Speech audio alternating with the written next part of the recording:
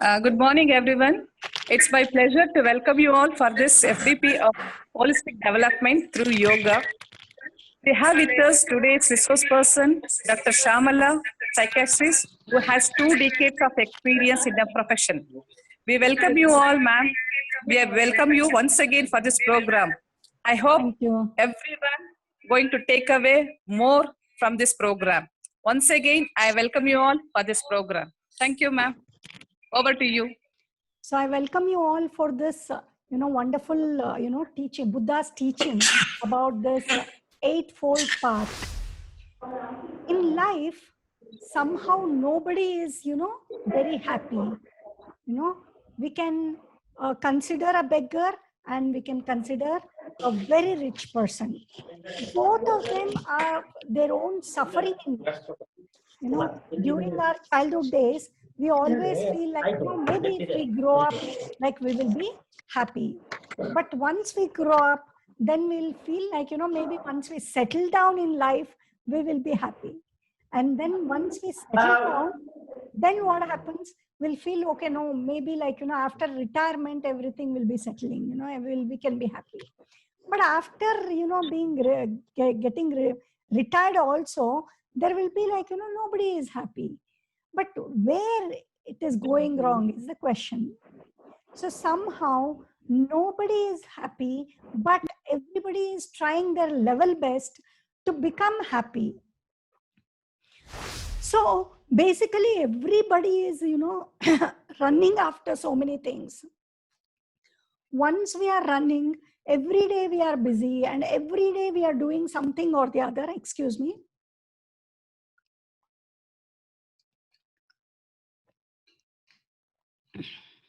We are, getting into new jobs. We are, getting qualified. We are studying, or we are, getting into relationship. We are getting into so many, entertainment groups. But still somewhere, none of us are really happy all the time. It is not that we are totally unhappy. There are moments of happiness. That is a hope that, we can be always be happy. But unfortunately, nobody is happy all the time. There is few moments of happiness in everybody's life. Maybe in a student's life, for example, he might get good marks at that moment, is happy. But that is gone within 1 or 2 days, or maybe within 1 month. That happiness which he got because of, successful in his career, in his studies, that moment will be gone. And again, some other problem is coming. And again, like, there might be one few moments of happiness, but the basal level, there will be a suffering for everybody. So this is the reason why Gautama Buddha gave us a method by which we can achieve what is called as joyful state, a constant happiness, a constant blissful state. So for this, Gautam Buddha has given 4 noble truths. So the 4 noble truths are, number 1 is, he says, life is a suffering. So this is the noble truth you need to understand, that whatever you achieve, whether you succeed in career or whether you fail in career, you might succeed in relationship or you might fail in relationship, whatever is the state, but still, as long as we are alive, life is going to be a suffering. So this is the first noble truth which Gautam Buddha gave us. The second noble truth is, desire is the main cause of suffering. As long as the desire is there, suffering continues and continues and continues. So this is the second noble truth. And the third noble truth is, by following eightfold path which Buddha has given, one can come out of desire and one can come out of suffering. So this is the third noble truth. And the fourth noble truth Buddha has given is nirvana. Nirvana or samadhi is the end of suffering. So these are the four noble truths which both Buddha has given. So Buddha's teaching is amazing.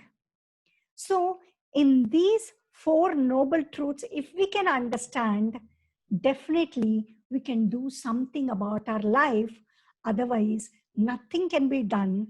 We might be getting up in the morning and we might prepare ourselves for going for the job. We might finish doing our job and again go back home. And again, go for sleep and get up and come back. So this continues life after life. The suffering continues life after life. So to come out of this suffering, to lead a very happy, joyful, and a blissful life, Gautam Buddha has given eightfold path.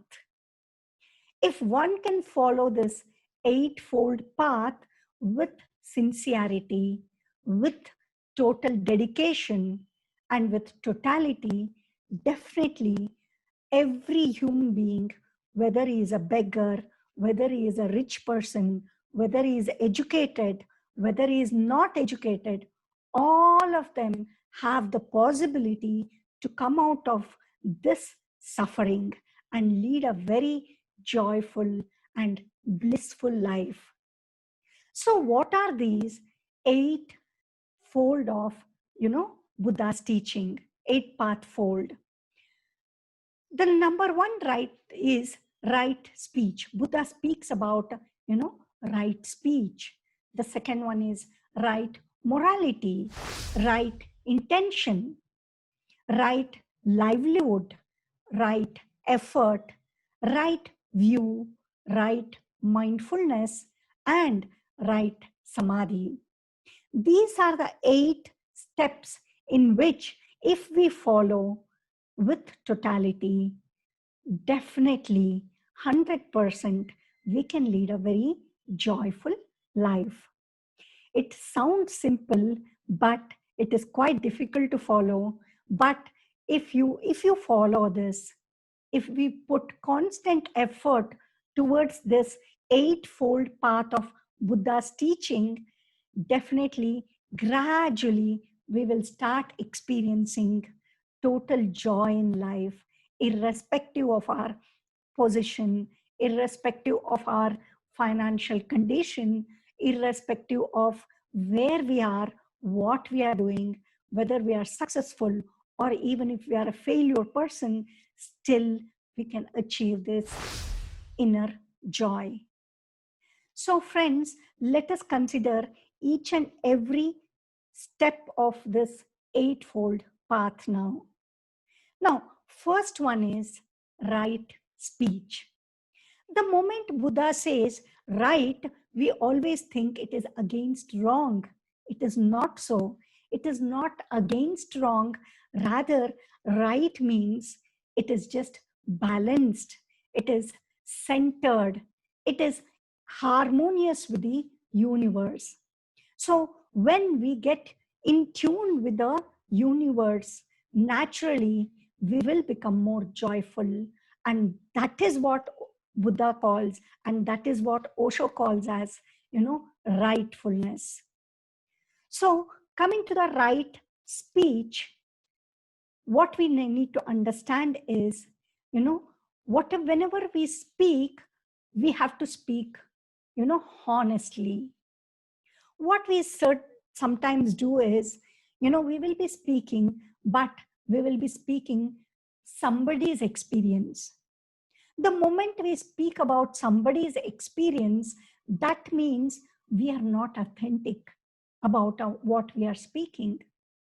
Buddha says, follow right speech, and by following right speech, definitely you can reach samadhi. That is, whenever you're speaking, be real, be honest, be authentic. It means when you're getting angry, when you're feeling depressed, tell you're feeling depressed. But usually what we do is we will be suffering inside, but we portray ourselves to the whole world as a very happy person. Or on the other hand, whenever we will be boiling inside with anger, but we will be portraying ourselves as a very calm person. Buddha says, if at all you want to come out of your suffering, first step is you need to follow right speech. Right speech is speaking from your own experience. It doesn't matter if you have not experienced everything in life. Whatever little you have experienced, speak about only your own experience and not about somebody else borrowed knowledge. Usually what happens in all the religions, there are so many fictitious things. Like if you die today, tomorrow you will be in heaven. If you have done good in this life, you will go to heaven, or else you will go to hell. In some religions, it is told that, if you die, you might enter into 7 hell or 7 heaven. Who has seen this? Have you really seen it? If you have seen it, fine. But if it has not become part of your experience, then it is better not to speak about it. Once it becomes your own reality, then you speak. Absolutely no problem. So if you want to follow right speech, speak about truth. That is, always speak truth, always speak from your experience, and speak facts and not fictitious things. We are experts in speaking fictitious things. If the problem is this much, we are expert in making it very big with our own imagination, and we build stories around a small fact, and we try to tell the imaginary things. Buddha says simple, speak the real thing, speak honestly, be very authentic in your speech, don't be fictitious. To learn what to speak, we take 2 years, but lifetime is required to learn what not to speak. So we need to understand what not to speak. Speaking, everybody does in their own, according to their own experience, according to their own knowledge. But to learn not to speak, what not to speak is most important.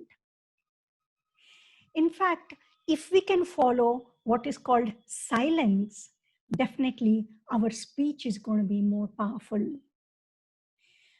Buddha, Osho, Mahavira, and Jesus, all these enlightened persons, they used to go to silence for months together, years together. And they used to gain that experience. And after the silence, whatever they speak, that used to become like diamonds. That used to be getting recorded by many people around them. That is because their speech is followed by silence. Silence has so much of power within itself. So it is better to go into silence every now and then. So friends, if we can follow this right speech, definitely we will be moving towards joyfulness. Right speech is speaking your own experience, only your experience, speaking real, about the reality, not about your own stories, speaking authentic, speaking from your heart. This is called right speech. Now, coming to the next path, that is right morality. Morality, the moment I say morality, we think that, whatever society has given, that is the right morality. Become a, good citizen, then you're following the right morality. The right morality which Buddha talks is totally different from what the society has given. Society calls you a good citizen when maybe after you have paid your income tax, or maybe after you followed some norms, maybe about your tradition, about your culture. the society is going to name you as a good citizen. But this is not the right morality. Whatever that comes from external things are not the right morality. What comes from within is the right morality. Conscience that is given by the society, that how we have to behave, how we have to talk, how we have to respect the elderly people. Yes, it is all good, but then the most important thing is inner morality. So Buddha says when the morality comes from external things, it is not the right morality. Maybe you will be called as a good citizen. That is totally different. That can never take you out of your suffering. The only way in which you can come out of suffering is through consciousness and not through conscience. Conscience is given by the society, and it is based on fear and greed. It is because of their own fear, because of their own greed, the politicians, the priests, they have given a set of rules to be followed in the society. But by following those many rules, we can just be called as a good citizen. But if we want to come out of this life and death cycle, if we want to come out of this total suffering, and if we want to lead a joyful life, then we need to follow our inner morality, that is consciousness. So this inner consciousness, or when the morality comes from inner consciousness, that is called right morality. For example, a person who is born in a Jain family, he will be told that, don't eat meat. Even for the children, small children, it is told that, by their parents and by society, you belong to a Jain community, so you should not eat meat. And that child will follow that throughout his lifetime. This information has come from external. So this cannot give the child, even if when he becomes old, he cannot have peace of mind or contentment, or he cannot experience blissful state just by following vegetarianism. What Buddha says is, if you really want to follow, then follow what is called as inner morality. Inner morality comes from your deep inner consciousness. So when you become conscious, automatically, maybe someday you will start feeling, why should I, just for the taste of it, why should I kill an animal?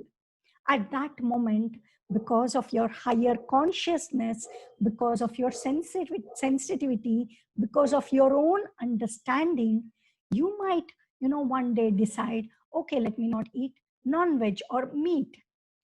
That is right morality, and not what is given by the society, by your caste, or by your community.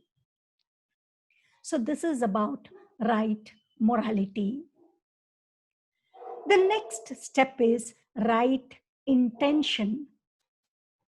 Now, whatever work we do, always we have some intention behind it. We always feel like, if I have to work, I have to get the salary. If I have to do this, if I have to get into this relationship, that person has to give me all these things. Only then I'll get into a relationship. So this is how we are. Our intentions are always goal oriented. It is always desire oriented. Buddha says the moment it is desire oriented, or the moment it is goal oriented, it can only give you frustration. Because whenever it is goal oriented, or whenever it is desire oriented, naturally there will be expectations. So once there is expectation, definitely there will be failures, and there will be frustration, and there will be suffering. Buddha says right intention is no intention. Whenever you have intention, you will be in intention. So whenever you are having intentions of your own, definitely you're going to suffer throughout your lifetime. So Buddha says, don't have any intention. Whenever you are putting your heart and soul into your work, that is in front of you at this very moment, when you start living moment to moment with totality and sincerity, automatically universe will start flowing through you and your intentions will be fulfilled even without asking. So what is the need for asking? There is absolutely no need for having your own intention. Definitely, if you're doing all your work with total sincerity and with total energy, naturally, universe will start flowing through you and good things will start coming in life. So Buddha says, have no intentions. Having no intention is the right intention. So this is the third, step towards this eightfold path. Now, the fourth one is right livelihood. So the moment we say livelihood, what we think is we need to have, AC house, only then I'll be happy. If I have, nice dresses, only I'll be happy. If I'm able to go abroad, only then I'll be happy. If I pass in this exam, only then I'll be happy. Or if this many people get admitted in my college, I will be happy. So we have complicated our livelihoods. So that is why we suffer. Buddha says, if you want to lead a joyful life, lead a right livelihood. What is right livelihood? Right livelihood is life based on basic needs like food, shelter, clothing, and good relationship. If you have these four things, and if your life is based upon these four things, naturally you can be happy. But on the other hand, what we do is we unnecessarily complicate our, life by saying, we will be running after certain things and thinking that if we get that, we will be happy. The moment you have your own life, your own goals, what we do is we will be going towards that. The moment we start moving towards that goal, the goal, we know that we will be reaching that goal. Immediately, that goal will start losing its charm. Again, we'll set a different goal in life. So like this, we keep on running and running and running throughout our lifetime. Buddha says, learn to live a right livelihood first. Right livelihood is if you have, basic needs, that is more than sufficient. Clothing, shelter, food, and a good relationship. Love is required to enrich our soul.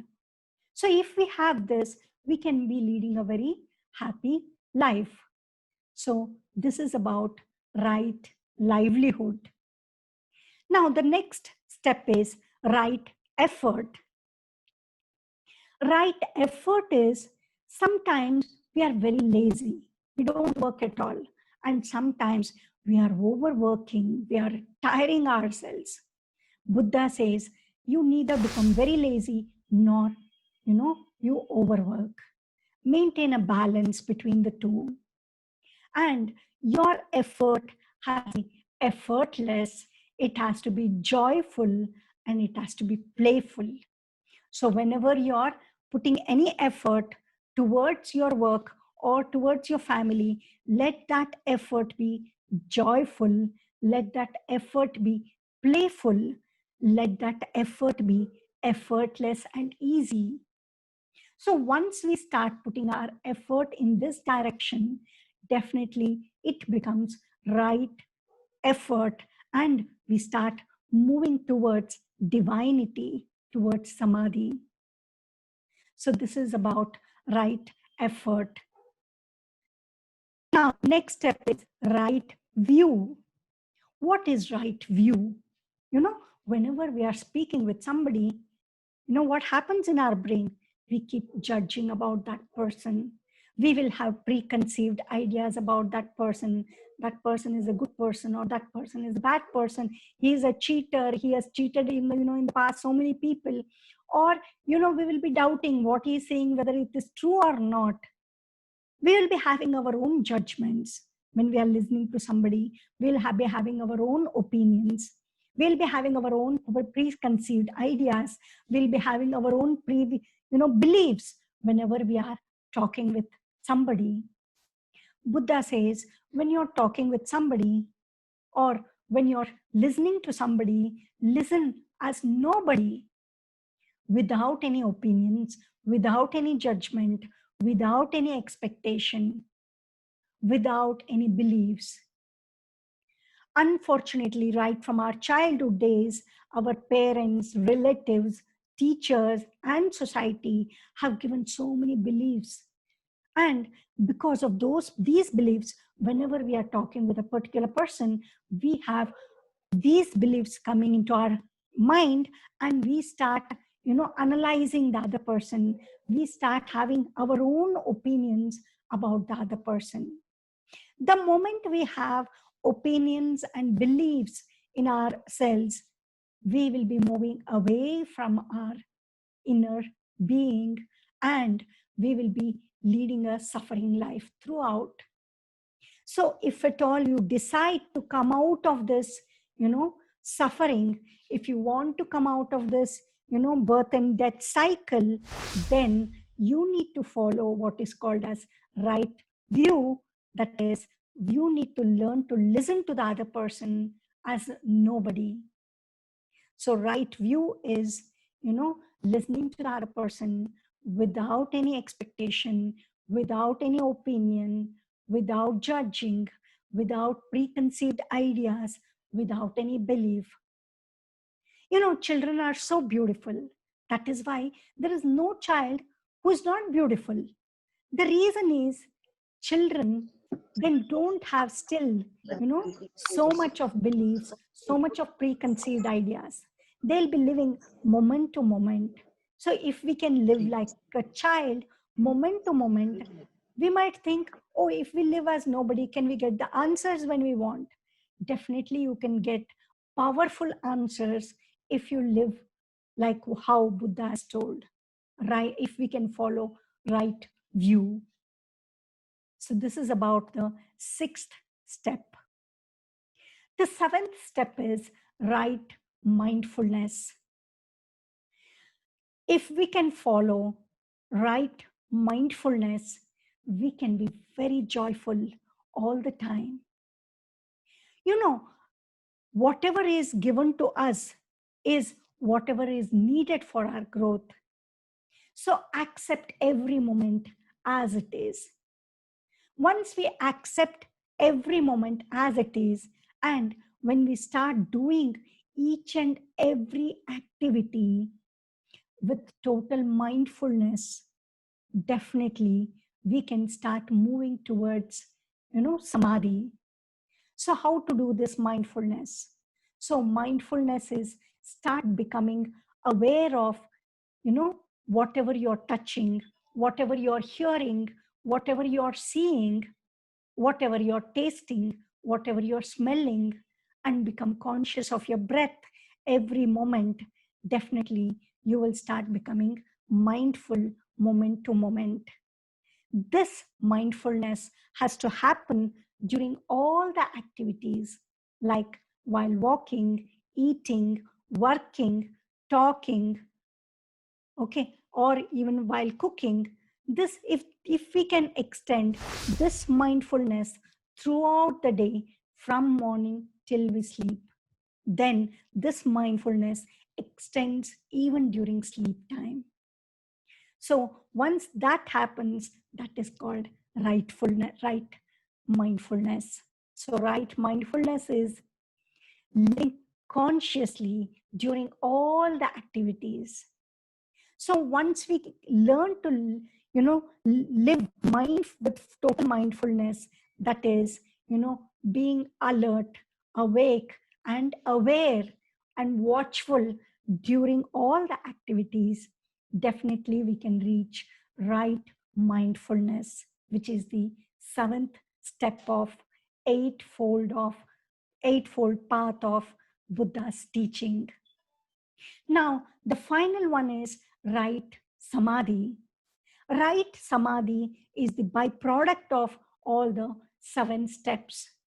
Right samadhi happens when the right mindfulness spreads throughout the day and night for 24 hours without any effort, naturally.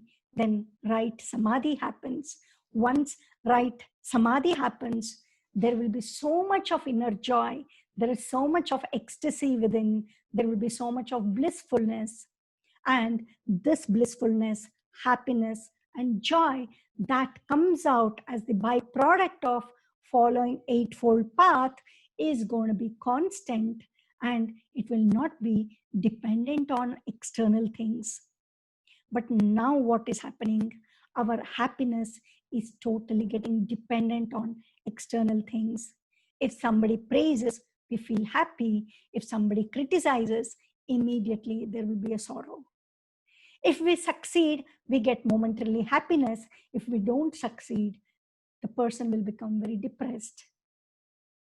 So if you want to come out of this suffering, then if you can follow eightfold path of Buddha, definitely we will be able to come out of this suffering, and we will be able to understand and live 4 noble truths. So this is about Buddha's eightfold path. So friends, hope, whatever I have explained, you've understood. And I just hope, it was simple enough so that everybody could follow it. Any questions?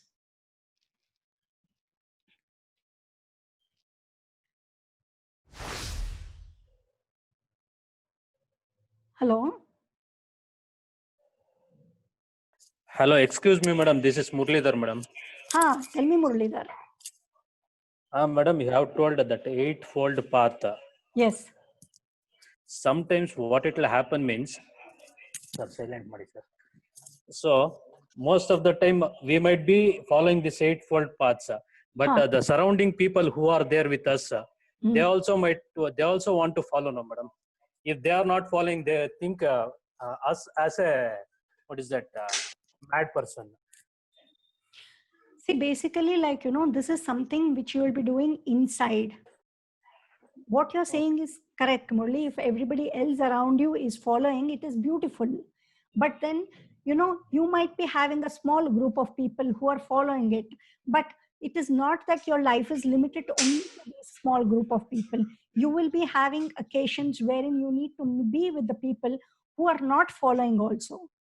But it is a challenge, rather it is a testing time wherein you can actually test yourself that whatever you're following, are you really following it? Number one. And whatever you're following, are you really put it into practice? So that is how you will learn. So Madam, entire spirituality is about ourselves. Okay, first thing is we need to work on ourselves. It is not about changing others. It is about changing ourselves. See, Buddha first, he put effort so that he can transform himself.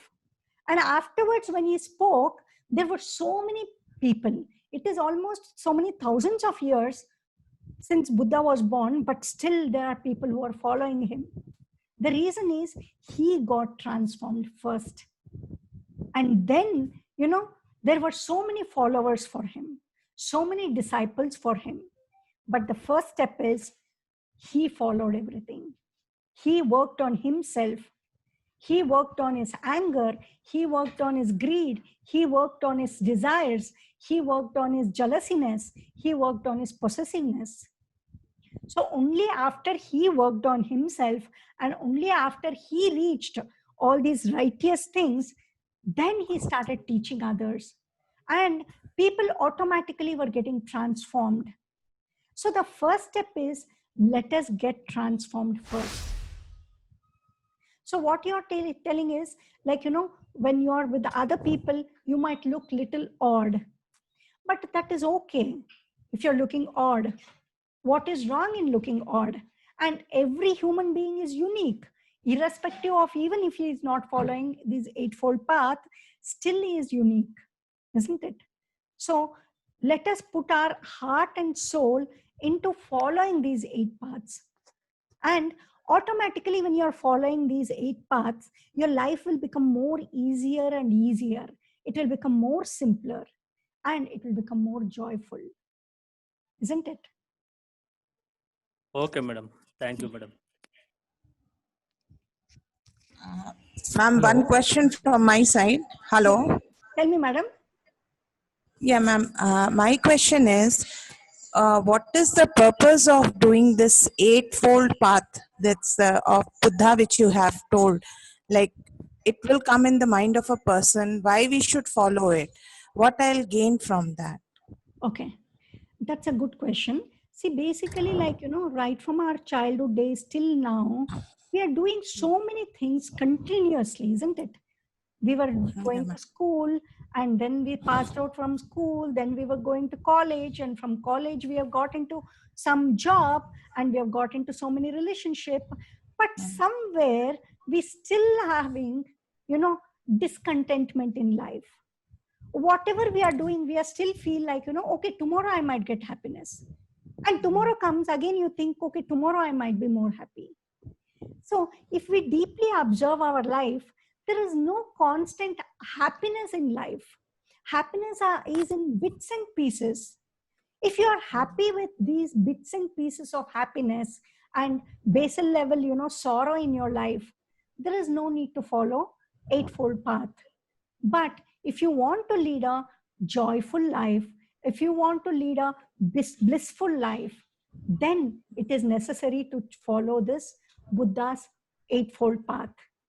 It is not that you have to follow only Buddha's eightfold path. There are so many mystics, so many enlightened masters who have given so many other paths. So you can choose whichever path is closer to your heart, whichever you feel is practical to put it into your life. So Buddha's eightfold path is one of the ways of many ways to reach that joyful state. Ma'am, today, like, you go and talk with a beggar. The beggar will tell, I have this many problems. Somehow, like, every day is becoming a struggle. Okay. And you go and talk with a middle class person, he also says, like, my life is becoming, I have to get up in the morning, I have to go for work, whatever I do, I'm not able to reach my goal. I'm not able to, get happiness. Whatever happiness they get is just, bits and pieces here and there, and that too from the external things. So if we want to lead a joyful life, and if we want to lead a happy life, then we can follow eightfold path of Buddha. And there is no rule that you have to follow only eightfold path of Buddha. So this is one way which has been told. No, so there are so many paths, like, Bhakti Marg is there, Karma Yoga is there. So there are so many paths which can lead to the same destination, that is Samadhi. Hope it is clear for you. Yeah, ma'am. Thank you, ma'am. Okay, welcome. Madam, good morning, madam. Good morning. Madam, this is Murli Krishna, madam. Tell me, Murli Krishna. So, madam, I have one small doubt, madam. You told that Buddha, not you, madam. Buddha told that satisfy with the basic needs. Satisfy with basic needs, madam. If you satisfy with the basic needs, how growth can take place in future, madam? See, it is not that only one step he has told to follow. He has given 8 steps. One of the step is to live on based on your basic needs.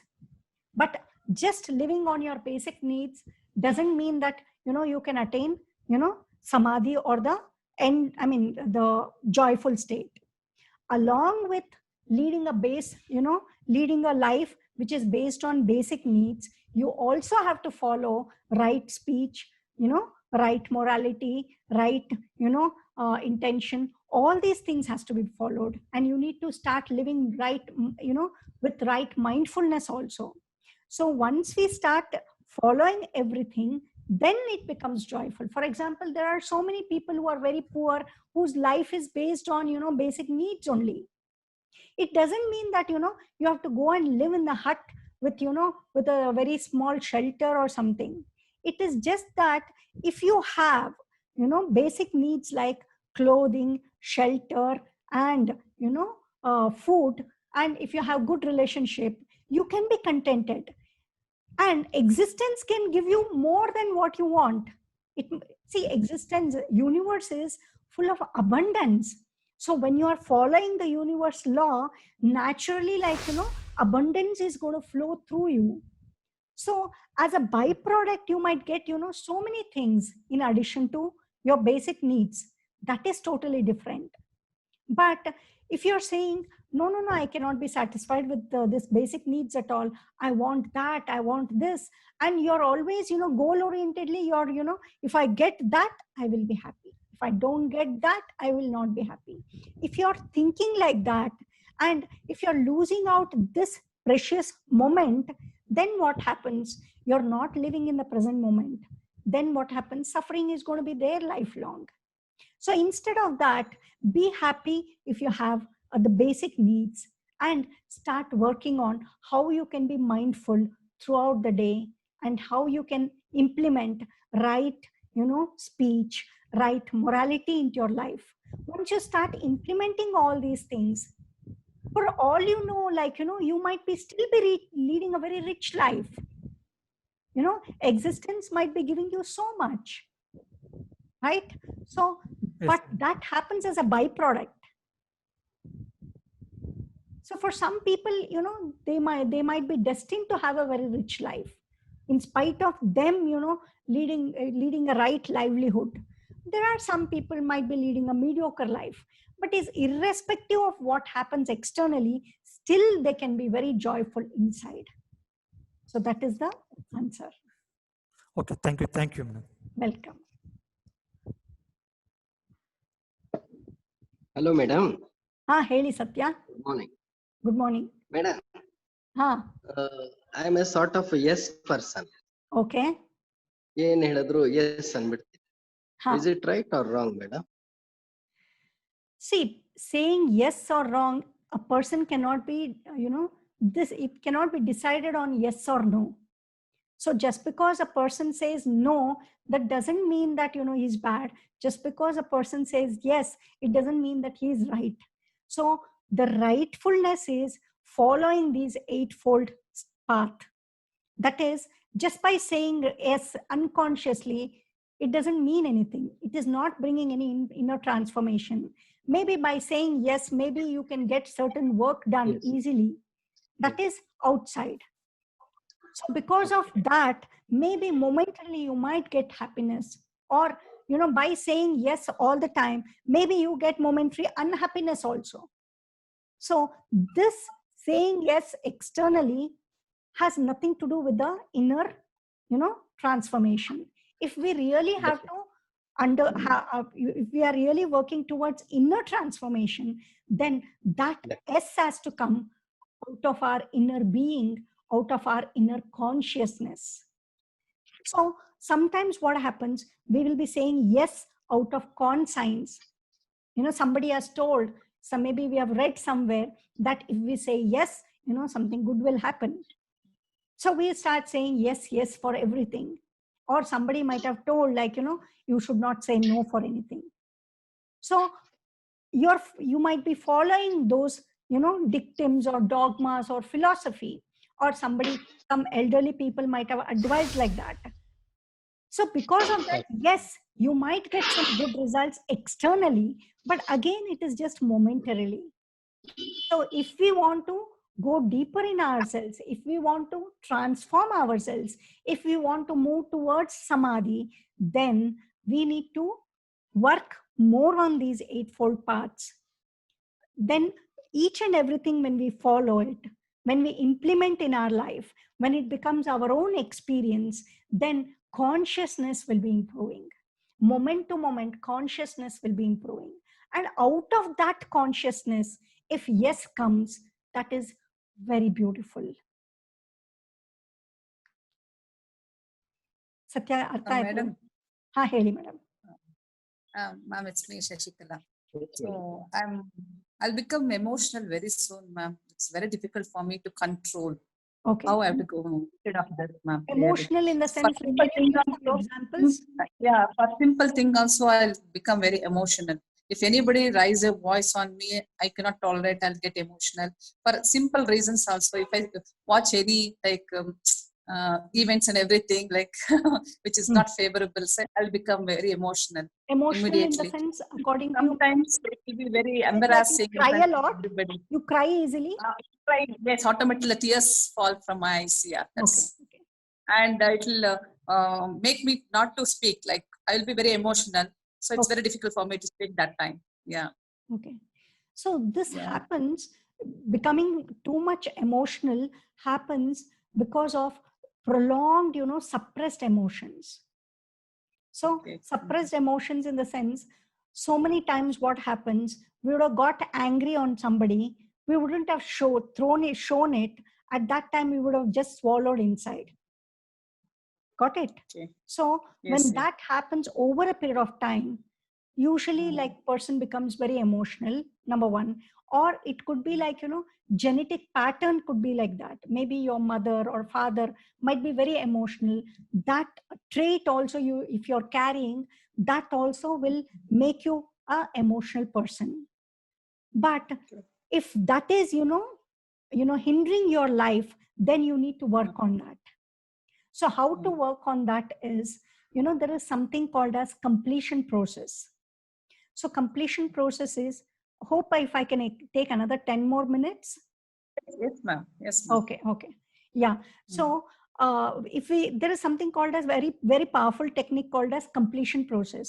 So in completion process, what we tell is, you need to list out the incident in which you got angry, in which you got emotional like this, in the past, maybe 1 week back, 1 month back, 3 months back, like that. There will be so many incidents wherein you become very emotional and you've got tears in your eyes when you're talking with somebody, and you've got angry also when you were talking. So make a list of incidents that has hurt you very badly, and that has caused tears in your eyes, and that has caused emotional in you.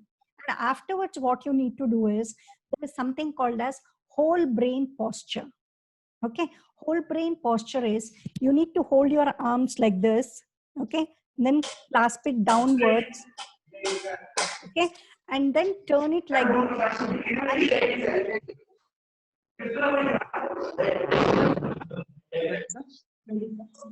I hope I'm audible. Yeah. Okay, so hold your arms like this. Okay, this is called whole brain posture. Okay, so the first step is cross your palms, then clasp it downwards like this, and then turn it like this and hold it in front of your heart. Okay, so this is called whole brain posture because our left palm is related to our right brain and right palm is related to our left brain. So when we interlock like this and turn it like this, what happens is our entire brain will get activated. So what you need to do is, after making the list of incidents that has hurt you, what you do is you sit silently in a room separately and start doing this technique. Okay, it is, first thing is you're holding it like this, you're keeping your eyes closed, and take one incident that has caused you too much of emotion in you, and that has really made you, that has really hurt you very badly. Think of that incident, and if the incident is of this size, multiply it many times, exaggerate that incident so that you get that emotion again.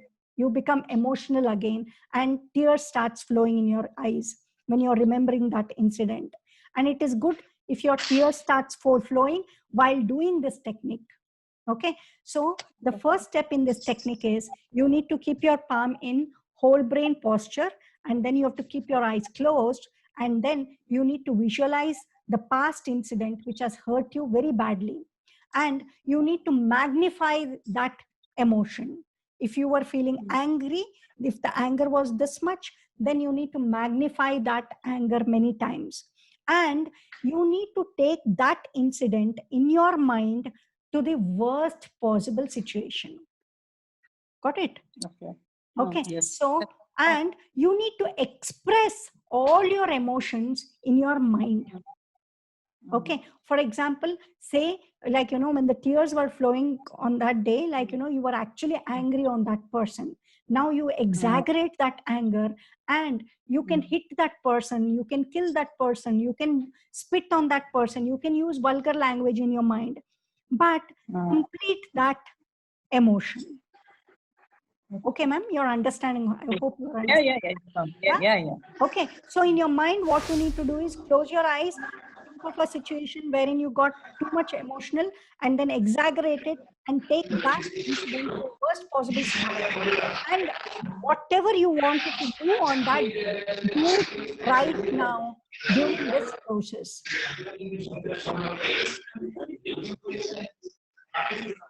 So there's some sound coming.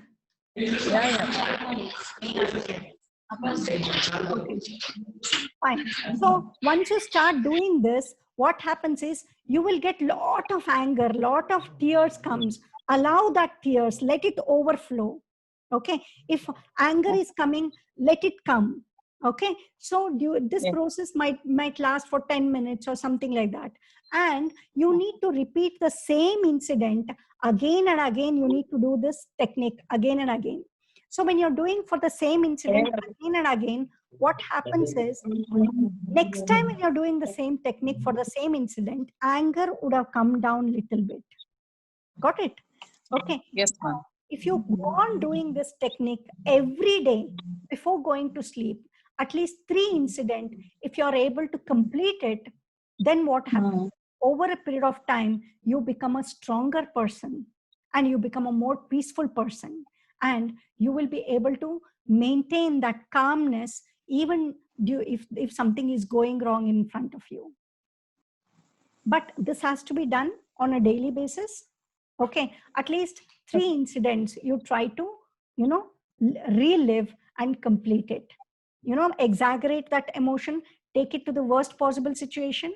Okay, and this has to be repeated until you're getting the picture of worst possible situation in front of your mind, but still you're not getting affected because of it. Okay. Until then, you need to keep on repeating it. So sometimes it happens just by, doing this completion process once or twice itself, you will attain a state wherein you can just, witness or become watchful about what is happening in your mind. But sometimes it happens maybe after 10 or 20 sessions. But 100% it happens. This has been taught to so many patients, and all of them, almost everybody, whoever has followed, has got wonderful results. And it is there even in YouTube. You can watch it. And it is there in Google also, completion process. You can follow this method. And it's a very, very powerful technique. But only thing is, like, you need to follow it on a daily basis. Maybe you can start practicing it from today onwards. And if you're finding it difficult, you can contact me. I'll help you out. Okay, ma'am. Thank you so much. Thank you. Welcome.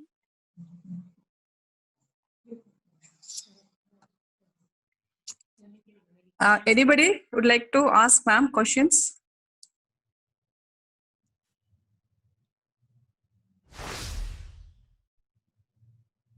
Any questions?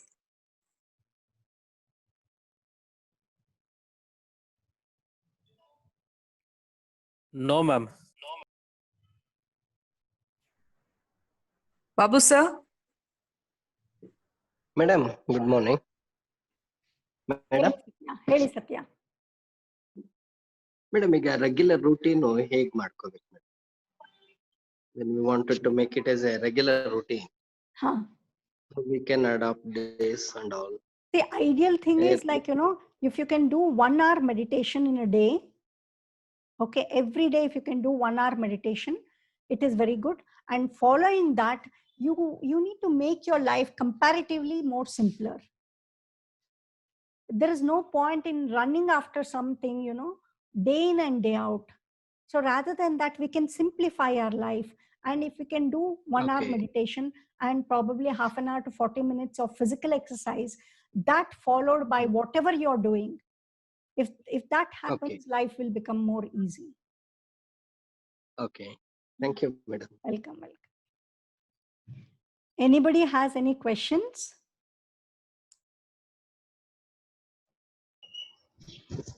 No, ma'am. Okay, fine. Thank you so much, Satya, for giving an opportunity to speak about Eightfold Path of Buddha's teaching. And I thank ma'am for giving this opportunity. Thank you, everyone. Thank you. Thank you, ma'am. Ma'am, I would like to thank you for this wonderful program for our staff members. And I think everyone has listened and everyone is enjoying. And this is the second time again. That's why we want to, because it's very interesting. So what is in the life you have to follow and everything, all these steps, what you have mentioned, everything, definitely everyone has to follow this to be peaceful in our life.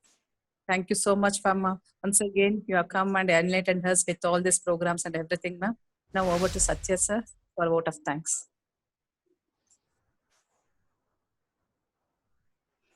Behalf of all the management and behalf of all the management and the principal and the staff, I would like to thank you, Dr. Shamala madam, and my beloved sir, Mr. Mohan sir. I thank you for Mohan also. Sure, I'll convey it. Is there Mohan? Is there? Yes, madam. Thank you, Mr. Mohan, and thank you, Dr. Shamala, for this wonderful, unforgettable speech. And regularly we will able to obey you and we have the college students and staff. And a special thanks to our Shashikala madam for creating this opportunity. Thank you very much, madam. We wish you have a good day. Thank you. Thank you so much. Thank you, madam.